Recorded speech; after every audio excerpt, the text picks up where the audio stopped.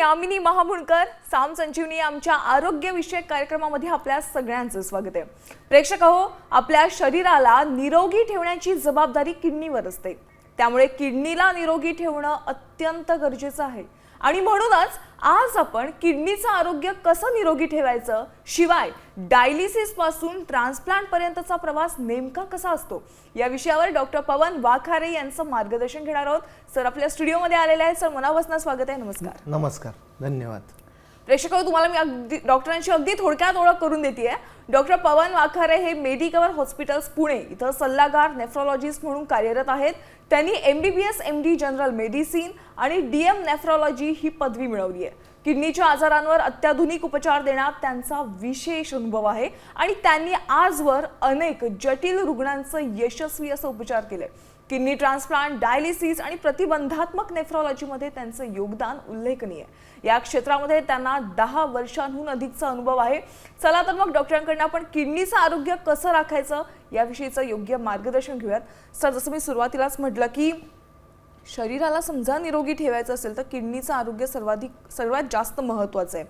पण सध्या बघायला गेलात ना, किडनी फेल ही जी प्रकरणं आहेत ती खूप बघायला मिळतात. त्यामुळे जर किडनी फेल होण्यामागची सुरुवातीला लक्षणेच आपल्या प्रेक्षकांना कळली तर ते त्यापासून वाचू शकतात. बरोबर. सुरुवातीला जसं तुम्ही सांगितलं की किडनी आजाराचं प्रमाण प्रचंड वाढत चालले. इनफॅक्ट तुम्ही जर डाटा बघितला तर इफ इट इज 10 वर्षापूर्वी जर एका रुग्णाला डायलिसिसची गरज लागत होती तर ती आता 5 रुग्णांपर्यंत म्हणजे 5 टाइम्स जास्त झाली आहे. किडनी आजाराची जी लक्षणे आहेत ती खूप अशी साधारण लक्षणे आहेत. जर तुम्ही डोक्याच्या केसांपासून पायाच्या नखापर्यंत बघायला गेलात तर चेहऱ्यावर सूज येणं, डोळ्याभोवती सूज येणं, तुमचं हिमोग्लोबिन कमी होणं, लवकर थकवा जाणवणं, खूप केस गळती होणं किंवा पायावर सूज येणं, किंवा पूर्वी तुम्ही जेवढं काम करू शकत होता तेवढं काम आता करू शकत नाहीये, किंवा तुमचा ब्लड प्रेशर कंट्रोलमध्ये राहत नाहीये, किंवा तुमचे डायबिटीसचे डॉक्टर तुम्हाला सांगतायत की तुमची शुगर आधी खूप जास्त होती, आता काही वेळा ती कमी व्हायला लागली, म्हणजे शुगरचे जे फ्लक्च्युएशन्स आहेत ते वाढलेत. तर अशी काही लक्षणे. आणि एक मेजर लक्षण आजच्या काळात जे पाहायला मिळते की तुमची जर भूक मंदावली असेल तर, किंवा काही कारण नसताना जर तुमचं वेट लॉस होत असेल आणि भूक मंदावली असेल तरी मग अशा वेळी ते किडनी आजाराचं लक्षण असू शकतं. तर यामध्ये तुम्हाला एक कळालं असेल की ही जी लक्षणं आहे ही खूप कॉमन लक्षण आहे, म्हणजे डोकेदुखी होणं, ब्लड प्रेशर वाढून. पण या सिंपल लक्षणांपासून पायावर सूज येईपर्यंत अशी बरीचशी लक्षणं आहे. त्यामुळे तुम्हाला यापैकी काही लक्षण असेल तर मग, आणि जर तुम्हाला ब्लड प्रेशर, डायबिटीस असेल तर किडनीच्या तपासणी जरूर करायला हवी. नक्कीच. म्हणजे ही थोडीफार जरी लक्षणं दिसली तर आपण, आणि जरी लक्षणे नाही दिसली तरी आपण वर्षानुवर्ष करत राहिलो, वर्षातनं एकदा जरी आपण किडनी फेल झाले की नाही किंवा किडनीची एक तपासणी केली तर खरंच चांगलं असतं. पण सर अनेकदा डायलिसिस देखील केलं जातं. तर हे नेमकं डायलिसिस म्हणजे काय आहे, त्याचे काही प्रकार आहेत का, आणि तो कधी करावा लागतो? ओके. डायलिसिसचा शोध लागून आता ऑलमोस्ट मोर दॅन 60 इयर्स, म्हणजे 60 वर्षापेक्षा जास्त झाली आहेत. सगळ्यात पहिल्यांदा ज्यावेळी डायलिसिसचा शोध लागला तो ॲक्यूट किडनी इंजुरी, म्हणजे टेम्पररी ज्या लोकांची किडनी फेल व्हायची सर्पदंशामुळे किंवा जुलाब लागल्यामुळे शरीरातलं पाण्याचं प्रमाण खूप कमी होऊन ज्यांना किडनी फेल व्हायचं, अशा पेशंट्सला, ॲक्यूट किडनी इंजुरीच्या पेशंट्सला जीवनदान देण्यासाठी आधी डायलिसिसचा शोध लागला. किडनी हे मेनली तुमच्या शरीराचं एक फिल्टर आहे. जसं तुमच्या घरामध्ये एक RO प्लांट असतो पिण्याच्या पाण्यासाठी, तर तसं तुमचं रक्त शुद्ध करण्यासाठी किडनी हा अवयव आपल्याला निसर्गाने दिलेला आहे, ज्याच्यामध्ये की कंटिन्युअस ब्लड फिल्टर होतं. चांगले पदार्थ शरीरात ठेवले जातात, खराब पदार्थ लघुवाटे बाहेर टाकले जातात.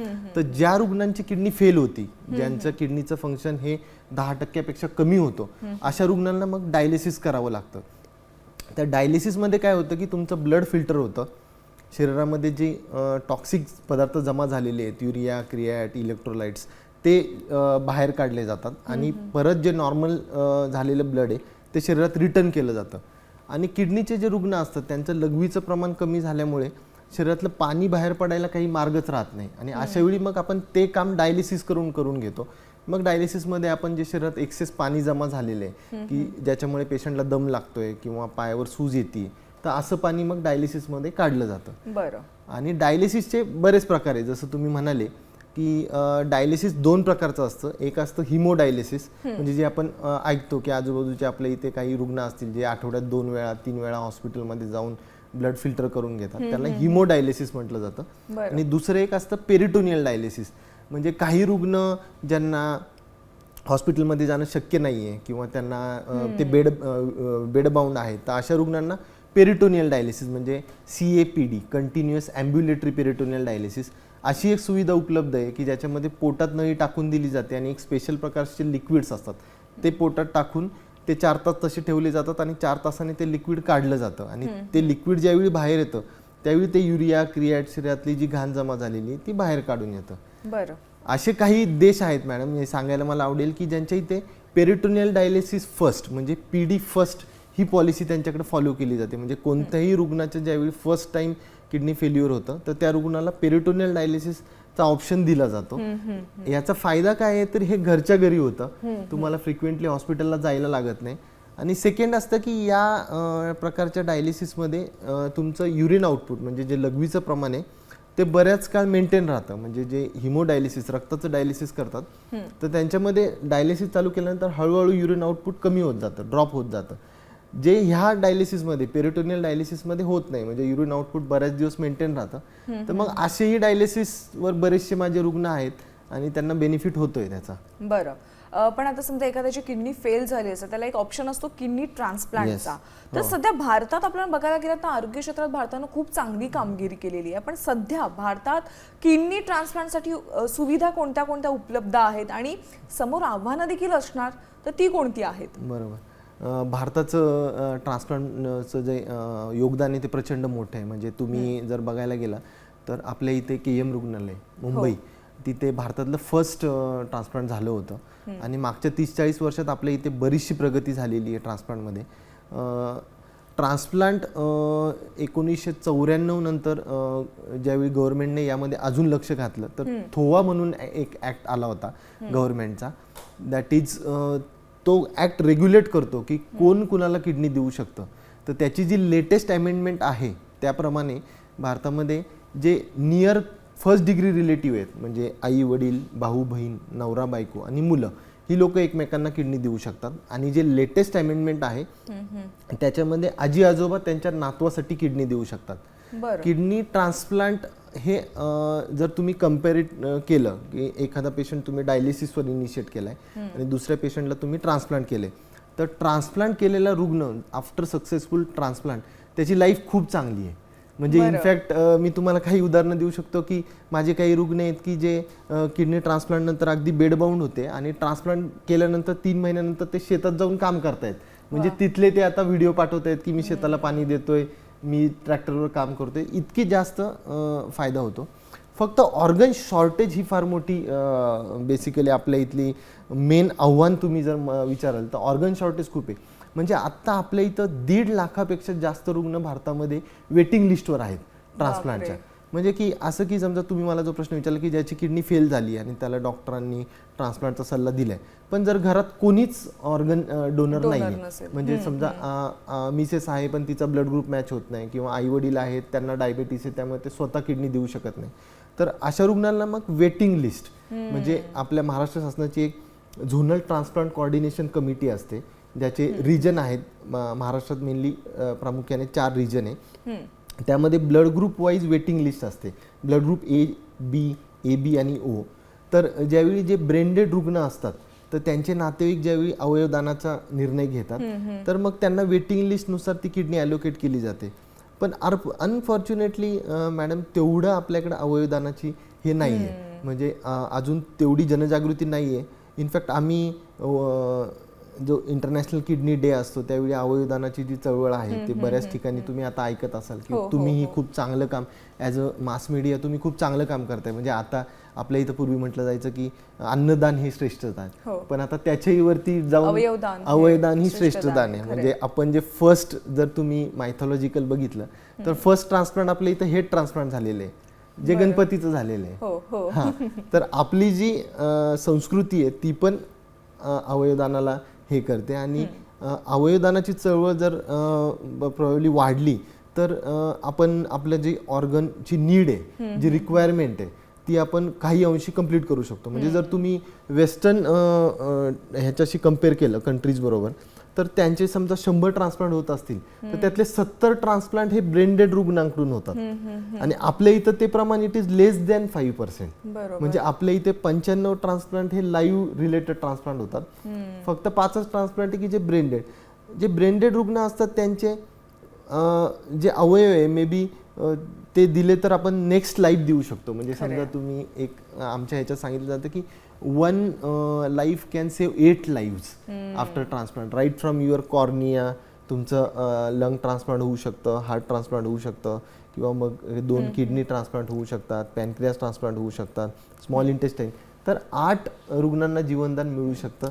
एकंदरीत काय आहे तर डोनरची भूमिका खूप महत्वाची आहे. त्याचविषयी मला तुम्हाला बोलायचं. सध्या भारतामध्ये थोड्या प्रमाणात तरी डोनर विषयी किंवा अवयवदानाविषयी जनजागृती व्हायला सुरुवात झाली आहे. तर किडनी ट्रान्सप्लांटमध्ये डोनरची भूमिका नेमकी काय आहे? डोनर हे 2 पद्धतीचे असू शकतात. जसं मी तुम्हाला सांगितलं, एक तर लाईव्ह डोनर असतं म्हणजे जे घरातले आपले डोनर आहेत आणि आपल्या कायद्यानुसार फक्त जे मी आधी इन्युमरेट केले तेच लोक फक्त किडनी डोनेट करू शकतात.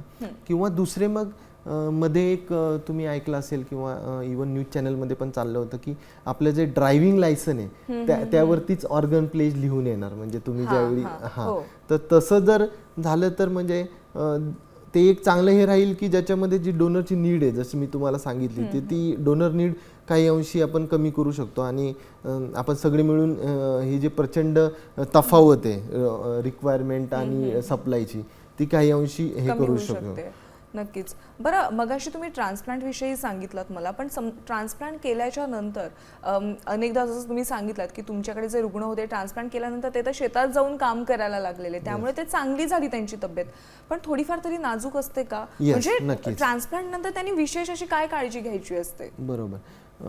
ट्रान्सप्लांट मध्ये काय आहे की आम्ही जी नवीन किडनी बसवतो त्याला शरीर असं समजतं की ही बाहेरचा पदार्थ आहे. तर आपली इम्युनिटी त्या बॉडीच्या तो जो नवीन ऑर्गन आहे त्याच्या विरोधात काम करायला चालू करते. आणि मग अशा वेळी आपल्याला रिजेक्शन होऊ नये म्हणून आपण अशी काही औषधं देतो की रुग्णाची इम्युनिटी डाऊन करायचा प्रयत्न करतो, ज्याला आम्ही इम्युनोसप्रेसंट ड्रग असं म्हटलं जातं. की त्यामुळे मग इम्युनिटी कमी झाल्यामुळे पेशंटला ऑपॉर्च्युनिस्टिक इन्फेक्शन होण्याची शक्यता जास्त असते. तर मी माझ्या रुग्णांना नेहमी सांगतो की आपण जी करोनामध्ये काळजी घ्यायचो की मास्क वापरणं किंवा बाहेरचे उघड्यावरचे अन्नपदार्थ टाळणं, शिजवलेले रुचकर घरातलेच पदार्थ घेणं किंवा उकळलेलं पाणी पिणं किंवा ज्याला सर्दी खोकला आहे अशा रुग्णांपासून लांब राहणं किंवा जे आपण खूप गर्दीच्या ठिकाणी गेल्यानंतर किंवा तिथे जे फूड आहे त्याचं आपल्याला हायजेनिसिटी माहीत नाही आहे तर असे टाळणं. म्हणजे बेसिकली इन्फेक्शनपासून स्वतःचा प्रिव्हेंट करणं हे पहिले 3 ते 6 महिने बऱ्यापैकी करावे लागतात.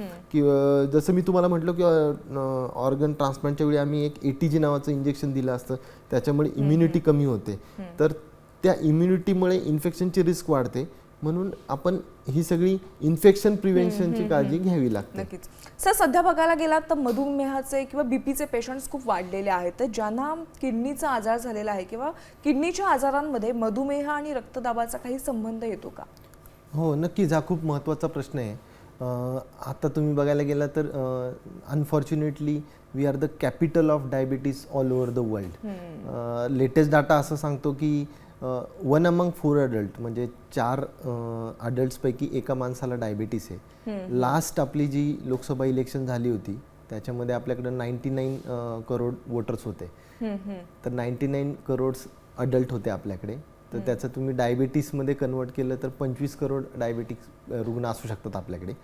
आणि असा डाटा असं सांगतो की 50% डायबिटीस रुग्णांना कुठल्या ना कुठल्या स्वरूपाचा किडनी आजार होण्याची शक्यता आहे.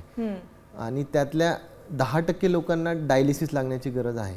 त्यामुळे जर तुम्हाला ब्लड प्रेशर आणि डायबिटीज असेल तर मी माझ्या रुग्णांना नेहमी सांगतो की तुमच्या एव्हरी बर्थडेला म्हणजे प्रत्येक वाढदिवसाला तुम्ही किडनीच्या तपासण्या केल्या पाहिजे की ज्या सिंपल तपासण्या आहेत की ज्याच्यामध्ये तुमच्या ब्लड टेस्ट आहेत, ज्याच्यामध्ये युरिया, क्रिएटिनिन, सोडियम, पोटॅशियम किंवा लघवीमध्ये प्रोटीन लीक होतंय का हे बघणं, एखादी सोनोग्राफी करून बघणं. या ज्या तपासण्या आहेत त्यांची कॉस्ट जरी इवन तुम्ही प्रायव्हेट सेक्टरमध्ये जरी म्हणाल तर इट इज लेस दॅन ₹2000. पण त्यामध्ये खूप मोठ्या आजाराचं रोगनिदान होऊ शकतं आणि पुढे जाऊन ती समस्या गंभीर होण्याआधीच जर आपल्याला आधी कळाली आणि अगदी सुरुवातीला आजार कळाला तर आपल्याला बरेचसे पुढे जाऊन गंभीर स्वरूपात आजार येण्यापासून थांबू शकतो. तर डायबिटीस आणि ब्लड प्रेशर ही एक मोठी समस्या आहे की जी किडनीच्या आजाराला पुढे जाऊन आव्हान देते. मला हाच प्रश्न विचारायचा आहे की किडनीचा आजार आपण प्रिव्हेंट करू शकतो का? येस, काही अंशी नक्कीच करू शकतो. आत्ताचाच टॉपिक जसं मी पुढे नेऊ इच्छितो की जर तुम्हाला ब्लड प्रेशर असेल तर तुमचा ब्लड प्रेशर कंट्रोलमध्ये ठेवणं, म्हणजे जसं की तुमची उपाशी पोटी जेवल्यानंतरची शुगर कंट्रोलमध्ये असणं, युरिनमध्ये प्रोटीन लीक होते की नाही ते बघत राहणं, औषधं व्यवस्थित घेणं. ब्लड प्रेशर असेल तर ब्लड प्रेशर तुमचा कंट्रोलमध्ये आहे का, ब्लड प्रेशरच्या औषधांचं प्रमाण किंवा जी मात्रा आहे ती रेग्युलरली चेक करत राहणं तुमच्या डॉक्टरांकडून. आणि अनफॉर्च्युनेटली जर ह्या सगळे कंट्रोल करूनही जर किडनीचा आजार झाला तर लवकरात लवकर जवळचे जे तुमचे नेफ्रोलॉजिस्ट आहेत, किडनी विकार तज्ञांचा सल्ला घेऊन त्या पद्धतीने हे करणं. दुसरं एक मी नेहमी सांगतो की पेनकिलर शाप की वरदान, म्हणजे मानवजातीला पेनकिलर हे जे आपल्याला भेटलंय की एक तुम्ही तुमचं डोकं दुखतंय किंवा तुम्हाला लागले वगैरे, तुम्ही एक ओव्हर द काउंटर मेडिकलमध्ये जाऊन मला डोकेदुखीची गोळी दे किंवा ह्याची दुखण्याची गोळी दे, ती घेता तुम्ही 5 मिनिटात तुम्ही पूर्ण बरे होऊन जाता. हे एक मॅजिक मेडिकल फील्डने आपल्याला दिले, पण त्याचे काही दुष्परिणाम पण आहे. जसं तलवारीला दोन्ही बाजूने धार आहे, it is double aged sword, तर त्याचे नुकसान पण आहे. तर पेन किलरमुळे होणाऱ्या किडनी आजाराचं प्रमाण प्रचंड वाढत चाललंय. म्हणजे जसं की तुमचे डायक्लोफिनॅक, ॲसिक्लोफिनॅक ह्या नावाचे जे औषधं आहेत किंवा इंजेक्शन्स आहेत ते चटकन तुम्हाला इफेक्ट देत आहेत, पण त्याचा किडनीवर प्रचंड परिणाम होतो. आणि मी यंग मुलं बघतोय की 20-30ली मुलं आहेत की जी आधी कुठेतरी स्पोर्ट्समध्ये होते, ते सारखं स्पोर्ट्स इंजुरी होत होत्या किंवा त्यांना डोकेदुखी व्हायची, त्यामुळे ते सारखे पेन किलर खात राहायचे आणि ओव्हर द इयर्स त्यांच्या किडनी फेल झाल्यात. दुसरं एक माझा एक लेख मी मागे लिहिला होता की 6 पॅक किडनी हॅक, म्हणजे आपल्या तरुणाईमध्ये आता सगळ्यांना ते 6 पॅक्स दाखवायचे, इंस्टाग्रामवर फोटो दाखवायचे, रील्स काढायचे.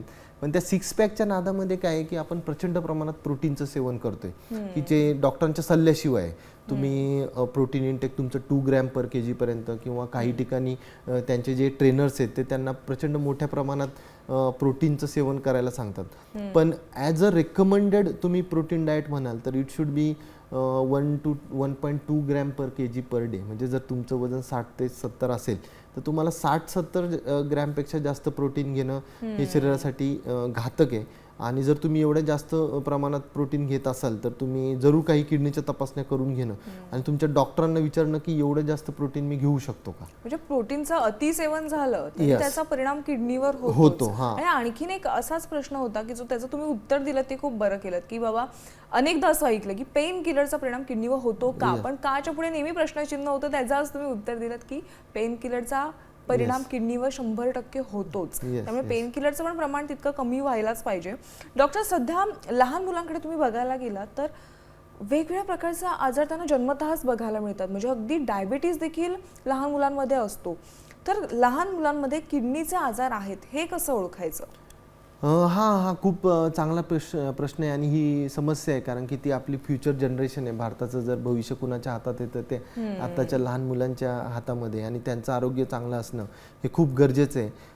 काही कारणं मी यामध्ये सांगू इच्छितो की आता जे आपलं बेसिकच जे प्रेग्नन्सीचं एज आहे ते बऱ्यापैकी वाढलेलं आहे. आफ्टर 30 मे बी आपले फर्स्ट टाईम बेबी होत आहेत आपल्या इथे. त्यामुळे जेव्हा ओल्ड एजेड प्रेग्नन्सी असते त्यावेळी मातेला पण PIH म्हणजे प्रेग्नन्सी इंड्यूस हायपरटेन्शन किंवा त्यांनाही प्रेग्नन्सीमध्ये डायबिटीस होणं अशा लक्षणांमुळे जे आपले जे नवजात बालक आहे त्यांनाही किडनीचे आजार दिसत आहेत.